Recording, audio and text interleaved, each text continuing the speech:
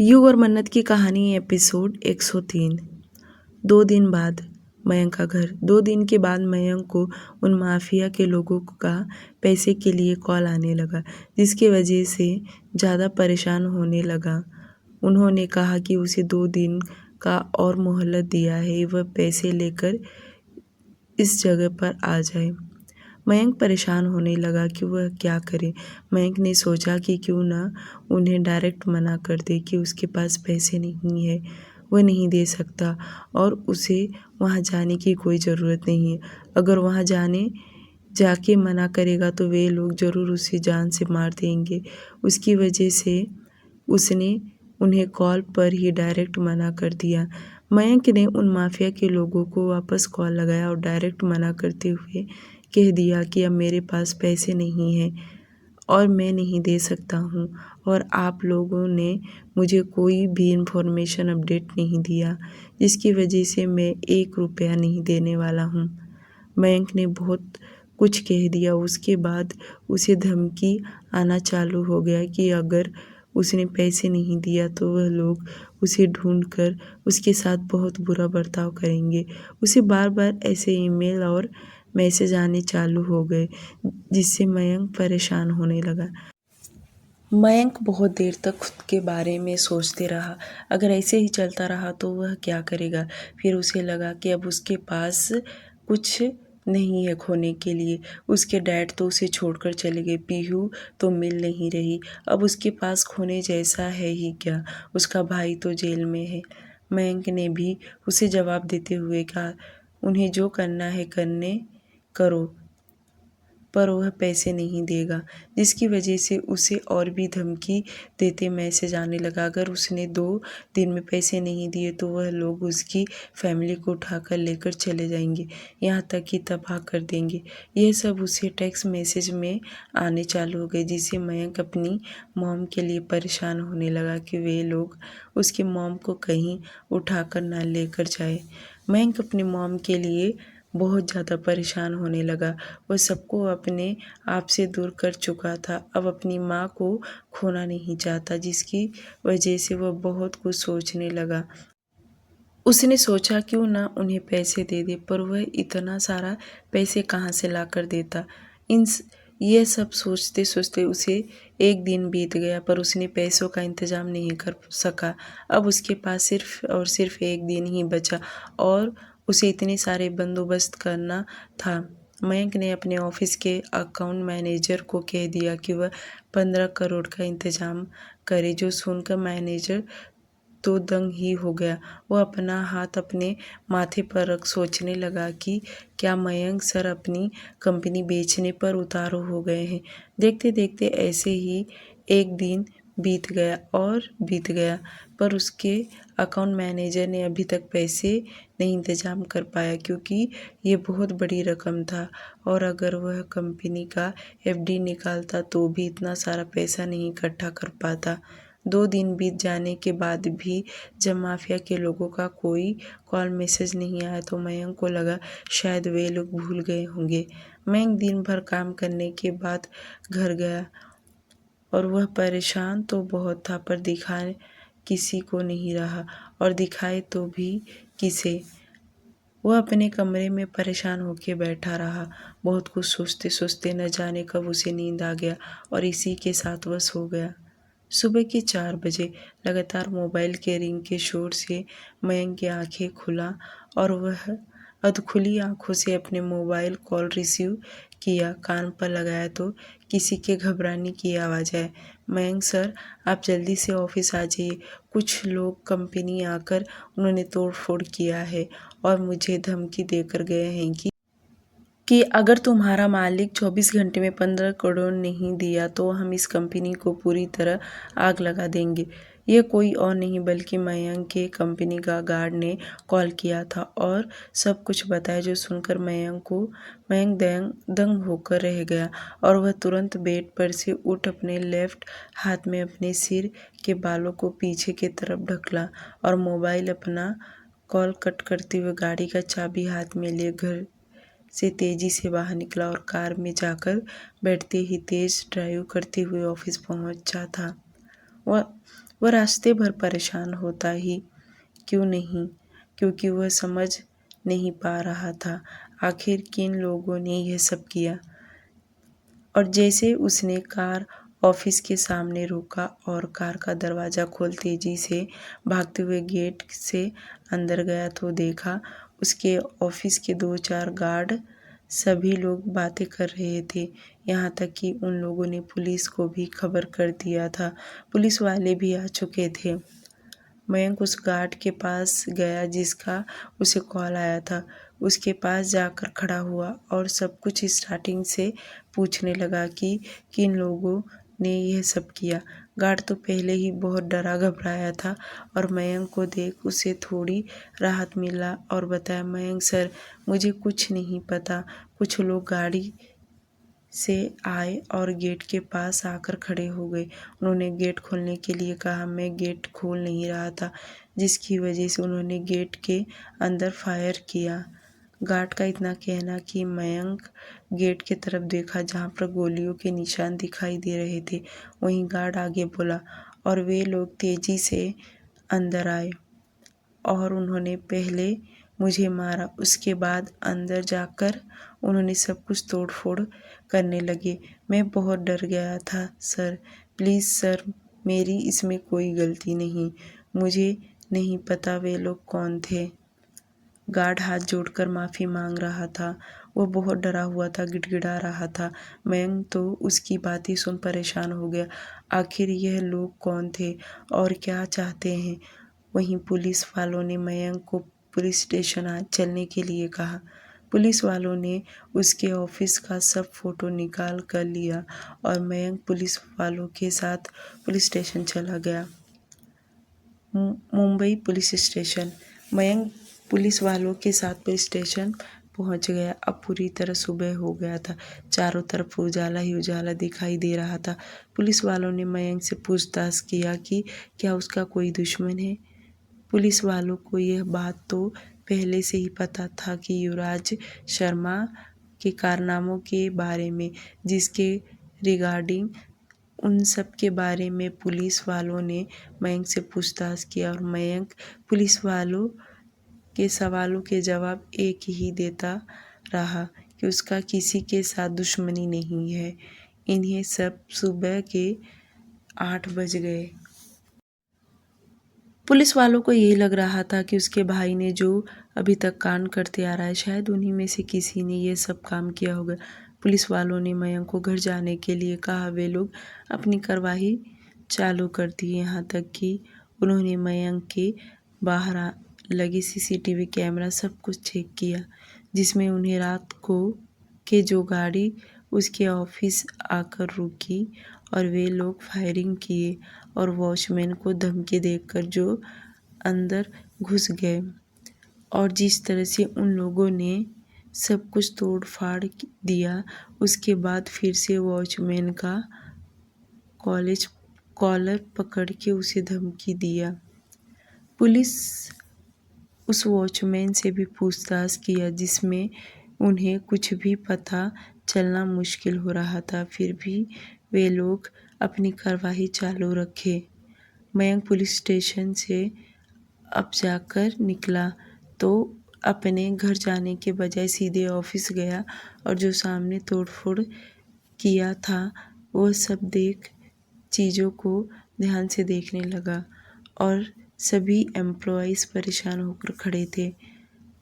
मयंक ने मैनेजर को कुछ इंस्ट्रक्शन दिया, जो सुनकर मैनेजर ने तुरंत न्यू फर्नीचर रिपेयरिंग वालों को बुला लिया ताकि जो उसका नुकसान हुआ है वह सब जल्दी से ठीक हो जाए और बाकी एम्प्लॉइज़ को अपने काम करने के लिए कह दिया जाए। मयंक ज़्यादा देर और उन लोगों के पास खड़ा नहीं रहा। वे लोग अपने कैबिन में आ गए और जाते ही उसका दरवाज़ा बंद किया और अपने डेस्क के पास जाकर खड़ा होकर परेशान होने लगा। वह अपने दोनों हाथों से अपने सिर के बालों को पीछे की ओर ढकेलते हुए सोचने लगा, आखिर यह सब किसने किया होगा।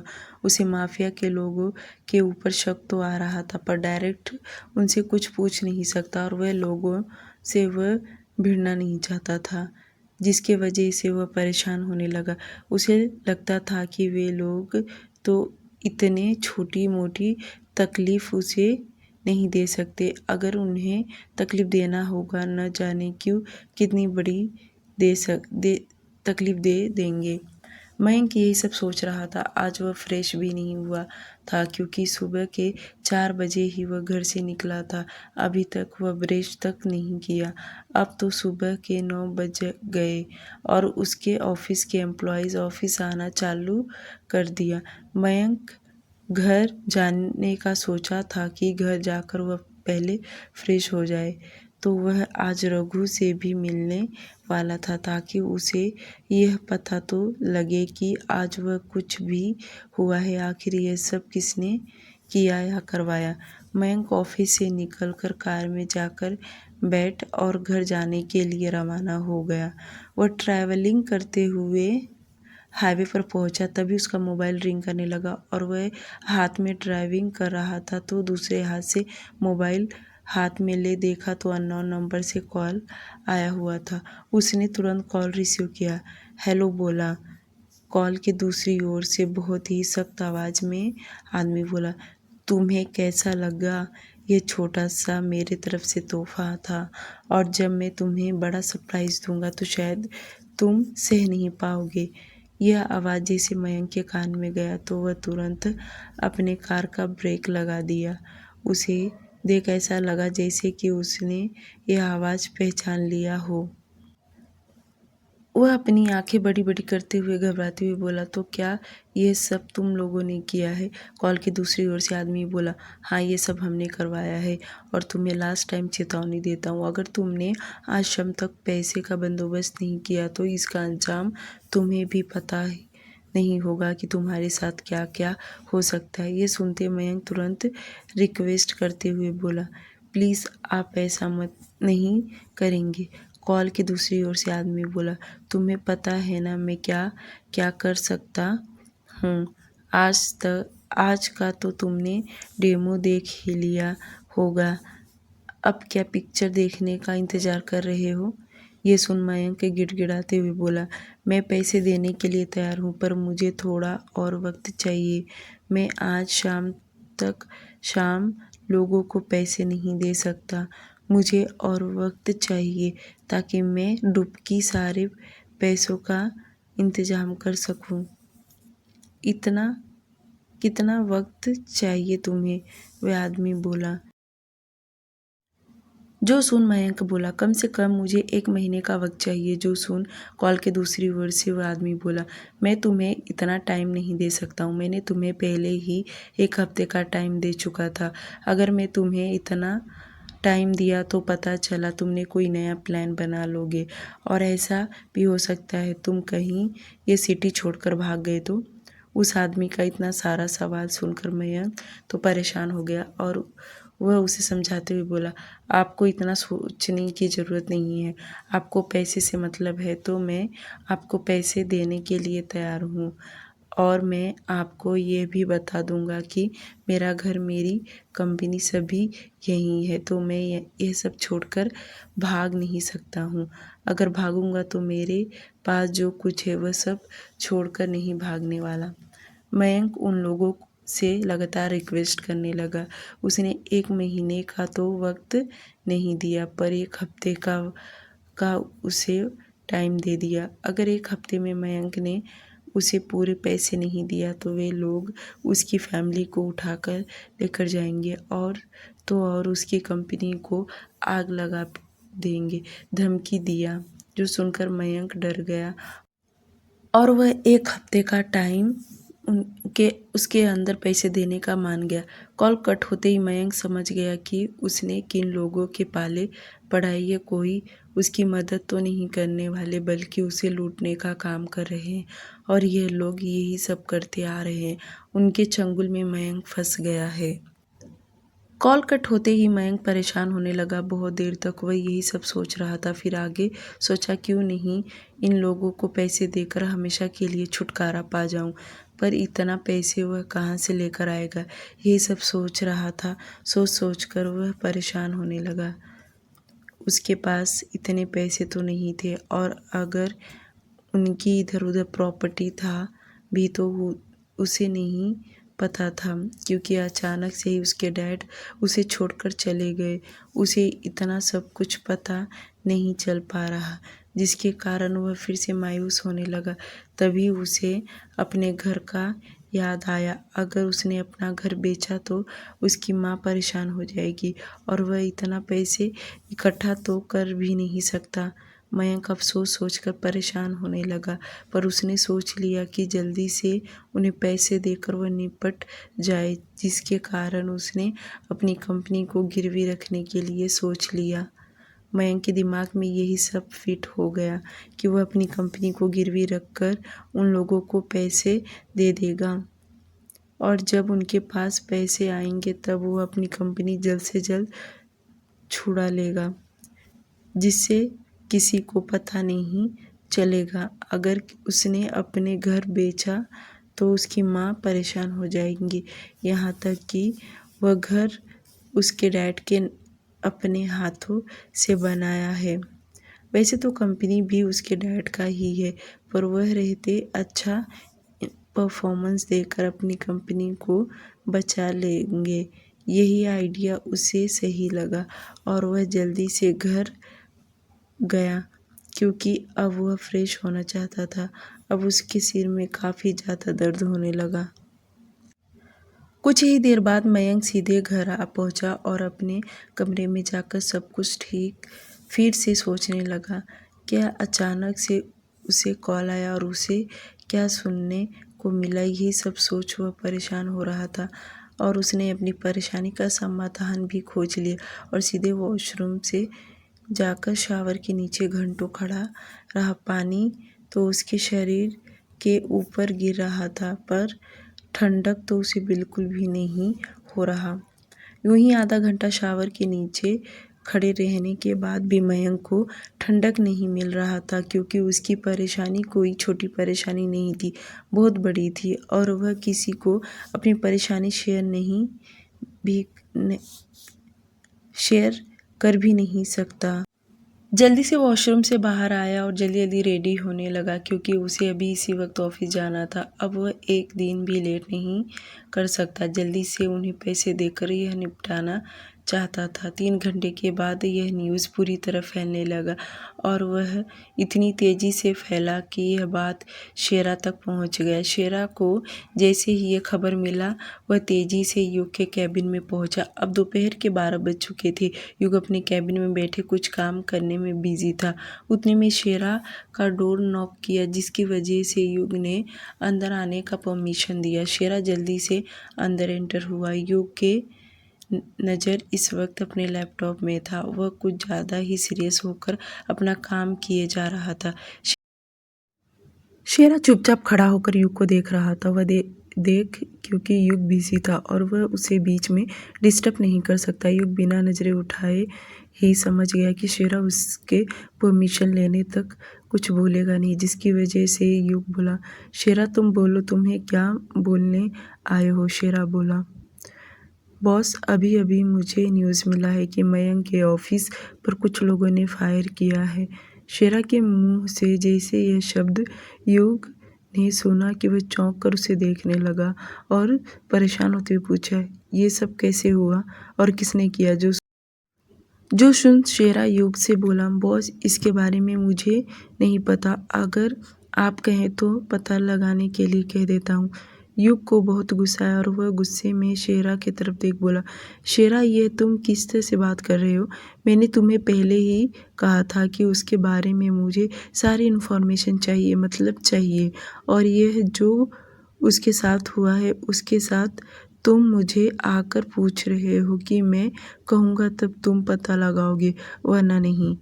युग गुस्से में उससे बातें कर रहा था, वहीं शेरा अपनी नज़रें नीचे कर लिया और युग आगे बोला, मुझे अभी इसी वक्त उसकी सारी डिटेल्स चाहिए। ये सब उसके साथ किसने किया और क्यों किया, कौन थे ये लोग। युग का इतना कहना कि शेरा अपनी नज़र उठाकर देख बोला, बॉस, मुझे थोड़ी सी टाइम दे दीजिए, मैं तुरंत इन्फॉर्मेशन निकलवाता हूँ। युग कुछ बोला नहीं और शेरा उसके कैबिन से तुरंत बाहर निकला और बाहर आते ही उसने अपनी खबरियों को कॉल करके मयंक के एकदम बारीकी बारीकी से डिटेल्स लाने के लिए कहा, जो सुनकर उसके खबरी तुरंत काम पर लग गए। वही केबिन में बैठा युग सोचने लगा कि अचानक से मयंक के दुश्मन कहाँ से आ गए। वह तो ऐसा बिल्कुल भी नहीं है। जहाँ तक मैं जान पाया हूँ उसने अभी तक किसी से झगड़ा तक नहीं किया होगा। बहुत देर तक युग यही सोचता रहा। फिर उसे लगा शायद ये युवराज का कोई दुश्मन होगा जो मयंक से बदला ले रहा है। यही सब सोच युग को लगने लगा। दूसरी तरफ मयंक अपने ऑफिस पहुंचा और उसने अपने अकाउंट मैनेजर को बुलाया और महेंद्र सिंह को भी बुलवाया और उन दोनों के सामने उसने अपनी कंपनी को गिरवी रखने के लिए कहा, जो सुनकर दोनों दंग हो गए। और मैनेजर तो मन में सोचने लगा कि जिसका हमें डर था वही अब होने जा रहा है। पर यह तो मुझे लगा था कि यहाँ तक पहुँचने के लिए वक्त लगेगा, पर मयंक सर ने तो यह काम इतना जल्दी किया कि 5 करोड़ ख़त्म होने के बावजूद भी उन्हें ठंडक नहीं मिला कि कंपनी गिरवी रखने के लिए कह रहे हैं। और एक बार उन्होंने गिरवी रख दिया तो यह क्या कभी छुड़ा पाएंगे? कभी ज़िंदगी में नहीं। अब तो कंपनी बिक कर रहेगी। मैनेजर ये सब सोच रहा था। वहीं महेंद्र सिंह भी परेशान होकर बोले, मयंक सर, ऐसी क्या नौबत आ गया कि आप कंपनी बेचने के लिए कह रहे हैं? अगर कंपनी लॉस में जा रही है तो हम दिन रात मेहनत करके उसे ऊपर लाएंगे, पर गिरवी रखने की क्या ज़रूरत नहीं है। वही मयंक थोड़ी देर खामोश रहा और फिर से बोला, मुझे इस वक्त पैसों की सख्त ज़रूरत है, जिसकी वजह से मैं अपनी कंपनी गिरवी रखना चाहता हूँ। जो सुन महेंद्र सिंह बोले, इतना कितना आपको पैसों की ज़रूरत है कि गिरवी रखने के लिए आप कह रहे हैं? अगर कुछ पैसों की ज़रूरत है तो हम ज़रूर इधर उधर से एडजस्ट कर लेंगे। महेंद्र सिंह की बातें सुनकर मयंक लंबी सांस ली और बोला, मुझे कम से कम 20 करोड़ के आसपास चाहिए। जो सुन सामने बैठे मैनेजर और महेंद्र सिंह दोनों की आंखें फटी की फटी रह गई। मयंक को 20 करोड़ रुपए लग रहे हैं। ये सुन मैनेजर और महेंद्र सिंह दोनों चौंक कर देख रहे थे, पर उनकी हिम्मत नहीं कि वह पूछ सके कि उसने इतने पैसे कहाँ से लगा रहे हैं। मैनेजर तो अपने मन में बहुत कुछ गुस्सा कर रहा था कि उतने में डैड जब ऑफिस संभालते थे तो कितना सब कुछ ठीक ठाक चल रहा था, और जब से इनके हाथ में कंपनी को सौंपा है तब से लॉस में तो जा रही है, अब तो बंद होने के कगार पर आ गया है। और तो और उसे ये भी लग रहा है कि अभी तक जॉब छोड़ने में भी भलाई होगा। अगर ऐसे ही रहा तो बहुत जल्द सड़क पर आ जाएंगे। महेंद्र सिंह बहुत समझदार थे। उन्होंने बहुत कुछ मयंक को समझाकर राय दिया, पर मयंक को पैसे की सख्त ज़रूरत है, जिसकी वजह से वह कुछ भी सुनने को तैयार नहीं। उसने कहा कि कोई पार्टी देखो जो मुझे इस काम के लिए 20 करोड़ रुपए दे और मैं उन्हें वक्त पर पैसे दे दूंगा। अगर इस वक्त पर नहीं दिया तो वह इस कंपनी पर अपना हुकूमत चला सकते हैं। ऐसा उन्होंने नियम बनाया है, जो कि महेंद्र सिंह ने एक कॉन्ट्रैक्ट पेपर बनाया। शाम का वक्त देखते देखते पूरा दिन बीत गया और शेरा ने जिन लोगों को मयंक का खबर लाने के लिए कहा था वे लोग ने सारी खबर इकट्ठा कर लिया और पूरा दिन का वक्त तो लगा, पर यह न्यूज़ उन्हें निकालने में ज़रा भी वक्त नहीं लगा। शेरा ने उन लोगों से सारे इन्फॉर्मेशन कलेक्ट किया और युग के कैबिन में गया।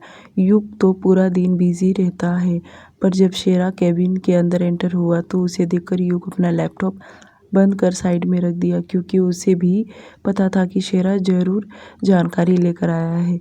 शेरा को देखते ही युग बोला, तो बताओ क्या खबर लेकर आए हो? शेरा ने बोलना स्टार्ट किया। फर्स्ट, मयंक रघु नाम के एक एजेंट को पीहू को ढूंढने के लिए हायर किया हुआ है। मैंने उसके बारे में भी पता लगवाया हूँ। दूसरी बात, उसने 5 करोड़ रुपए किसी को दिया हुआ है। उसने इतने पैसे को 2 बार में दिया है। यह इन्फॉर्मेशन उसकी कंपनी से ही मुझे मिला है, पर यह पता नहीं चला कि उसने ये पैसे किसे दिया है। तीसरा, इन दिनों मयंक दिल्ली गया था अपने डैड को लाने के लिए, पर वह उनके साथ नहीं आए। और लास्ट वाली खबर, जो सुबह सुबह उसके ऑफिस पर फायरिंग हुआ है, तो और एक बात और भी पता चला है कि उसका मैनेजर कोई बड़ी पार्टी देख रहा है, क्योंकि मयंक को अपनी कंपनी गिरवी रखना है। उसे कम से कम 20 करोड़ रुपए की ज़रूरत है। शेरा एक एक पॉइंट बहुत अच्छी तरह से बताते जा रहा था, जो सुन युग के तो होश उड़ गए। उसे तो इतनी सारी बातों में से एक भी रीज़न वैल्यू नहीं लगा। शेरा ने सब कुछ बता कर चुपचाप खड़ा रहा। वहीं युग उसके कही हुई सभी बातों पर सोचने लगा। अब वह सोचते हुए शेरा की तरफ देख बोला, शेरा, तुम्हें क्या लगता है कि किसने किया होगा ये सब? कौन है? क्या चाहता है? शेरा भी सोचते हुए बोला, बॉस, जब मुझे पता चला तब मैं भी बहुत कुछ सोचा, और जहाँ तक मुझे समझ में आया है तो मुझे लगता है कि मयंक ने अभी 5 करोड़ रुपए खर्च किया है। यह कोई बहुत बड़ा मसला लग रहा है, और आगे 20 करोड़ देने जा रहा है। लगता है किसी मामले में फंसा हुआ है। यूँ अपने दोनों हाथ डेस्क पर रख सीरियस होकर सोचने लगा, और बहुत गहरी सोच में डूबा हुआ था। वह फिर सोचते हुए बोला, शेरा, उसकी कंपनी से पूरी डिटेल्स निकालो। वह इतना सारा पैसा कहाँ खर्च किया है और आगे कहाँ करने वाला है, तभी हमें जल्दी पता चल सकता है। और दूसरी बात, मयंक को इन्फॉर्म करो, मैं उससे मिलने के उसके ऑफिस आ रहा हूँ रात 9 बजे। रात 9 बजते ही युग अपने ऑफिस से निकला और शेरा ने उसे बताया कि मयंक उसके ऑफिस में बैठा है। शेरा ने मयंक को इन्फॉर्म कर दिया था कि युग के मिलना चाहता है, जिसके चलते मयंक भी युग के आने का इंतज़ार करने लगा। आधे घंटे के बाद युग मयंक के ऑफिस पहुंचा। युग कार से बाहर निकला तो देखा मयंक सामने खड़ा है। वैसे वह कब से उसका ही आने का वेट कर रहा था। युग को देख मयंक एकदम उसके सामने आकर खड़ा हुआ और आते ही अपना हाथ बढ़ाया। दोनों ने एक दूसरे को हैंडशेक किया। उसके बाद मयंक युग को लेकर सीधे अपने कैबिन में चला गया। वह नीचे शेरा और ड्राइवर बाहर खड़े थे। कैबिन के अंदर आते ही स्माइल करते हुए युग से बोला, तो बताओ युग, आज यहाँ कैसे आना हुआ? मयंक की स्माइल बहुत फीकी थी, जो युग समझ गया कि बहुत परेशान है और वह दिखाना नहीं चाहता, और उसके बारे में युग डायरेक्ट तो उसका पर्सनल पूछ नहीं सकता, इसलिए बिना बात घुमाते हुए बोला, वैसे मैं तुमसे कल ही मिलना चाहता था, पर मेरे पास टाइम नहीं रहा, पर आज का खबर मिलते ही मैं तुमसे मिलने चले आया। जो सुनते ही मयंक मायूस हो अपनी नज़र नीचे झुका लिया। उसको इस तरह परेशान होता देख युग बोला, क्या तुम जानते हो वे लोग कौन थे जो ये सब तुम्हारे साथ किया? मयंक कुछ बोला नहीं, सिर्फ ना में सिर अपने हिला दिया। वहीं युग कुछ सोचते हुए फिर बोला, क्या तुमने पुलिस स्टेशन कंप्लेंट किया? पुलिस का नाम सुनते ही मयंक अपनी नज़रें ऊपर उठाकर युग को देखने लगा और फिर शांत आवाज़ में बोला, नहीं, क्योंकि मुझे इन सब मामलों में नहीं पड़ना। पता नहीं कौन थे, मुझे उन लोगों के बारे में नहीं जानना। ऐसा भी हो सकता है कि वे लुटेरे होंगे। युग जानता था कि वह मयंक सीधे सीधे उसे कुछ नहीं बताएगी, इसलिए युग ने डायरेक्ट उससे पूछा, मुझे पता चला कि तुम अपनी कंपनी गिरवी रख रहे हो, क्या यह बात सही है? मयंक सचमुच अपनी कंपनी गिरवी रख रहा था, जिसकी वजह से उसे बुरा तो बहुत लग रहा था, पर वह कुछ नहीं कर सकता, इसलिए उसने हाँ में अपना सिर हिला दिया। जो देख युग फिर से पूछा, पर क्यों, क्या मैं जान सकता हूँ? मयंक उसके सामने वाली चेयर पर बैठ अपने दोनों हाथों से अपने माथे को रब करने लगा। वह इतनी परेशानियों से उलझा हुआ था कि वह किसी को कुछ बता नहीं सकता, और युग उसके हर एक हरकत को युग नोटिस कर रहा था। बहुत देर तक युग मयंक से पूछता रहा, पर मयंक उसकी सारी बातें पूरी ऊपरी ऊपरी बता रहा था। वह उसे कुछ भी डिटेल्स में नहीं बता रहा था, पर युग को तो उसके बारे में पहले से ही सब कुछ पता था। युग 2 मिनट खामोश रहा, उसके बाद आगे बोला, अगर तुम्हें बुरा ना लगे तो क्या मैं तुम्हारी हेल्प कर सकता हूँ?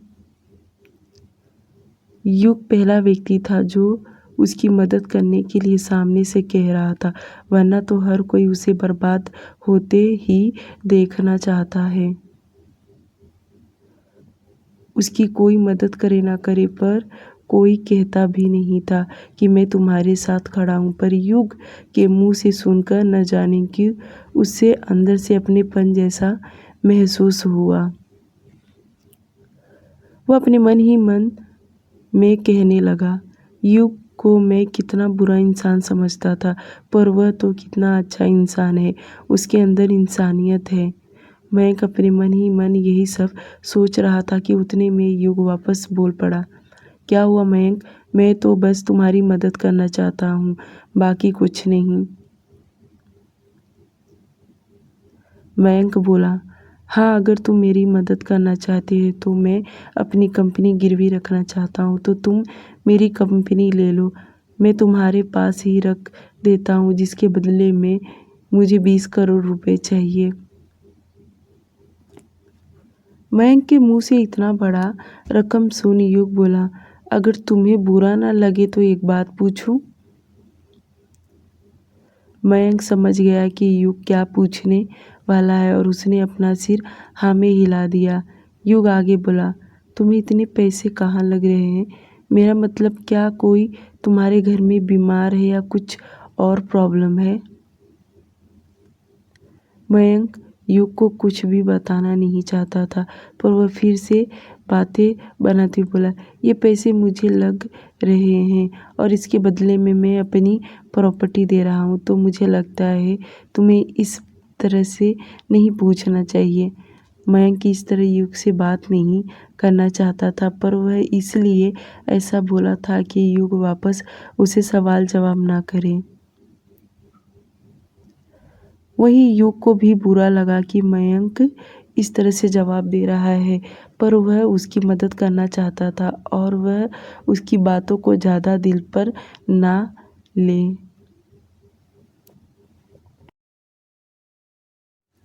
युग वापस बोला, देखो मयंक, कहना तो नहीं चाहिए, फिर भी मैं कह रहा हूँ, तुम्हारी कंपनी जो है वह तुम्हारी लास्ट प्रॉपर्टी है।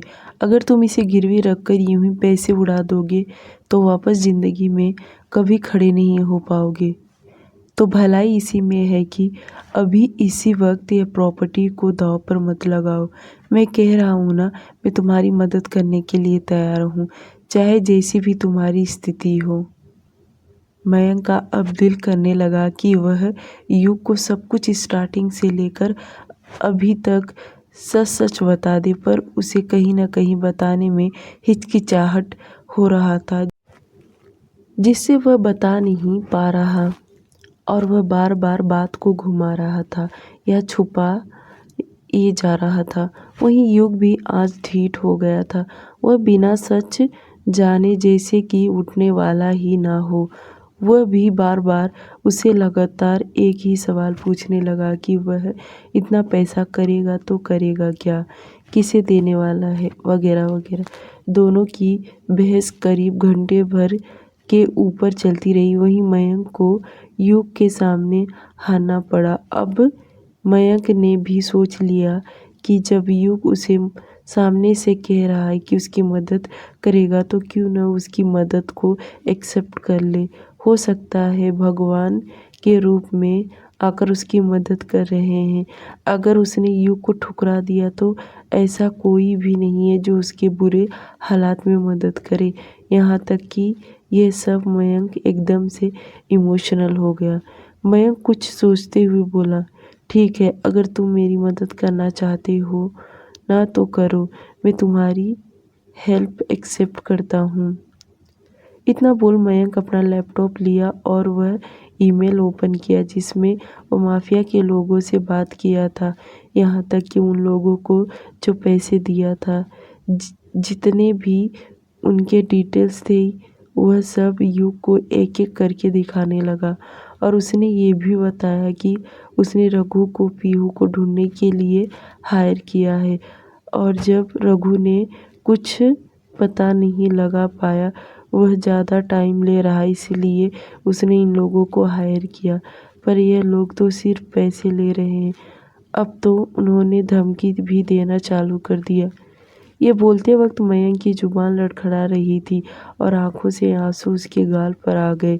युग पहली बार अपनी आंखों के सामने किसी को इतना लाचार बेबस देख रहा है।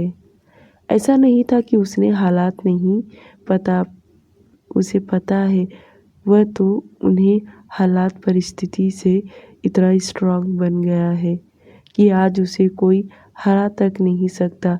पर मयंक का किस्सा कुछ अलग ही था।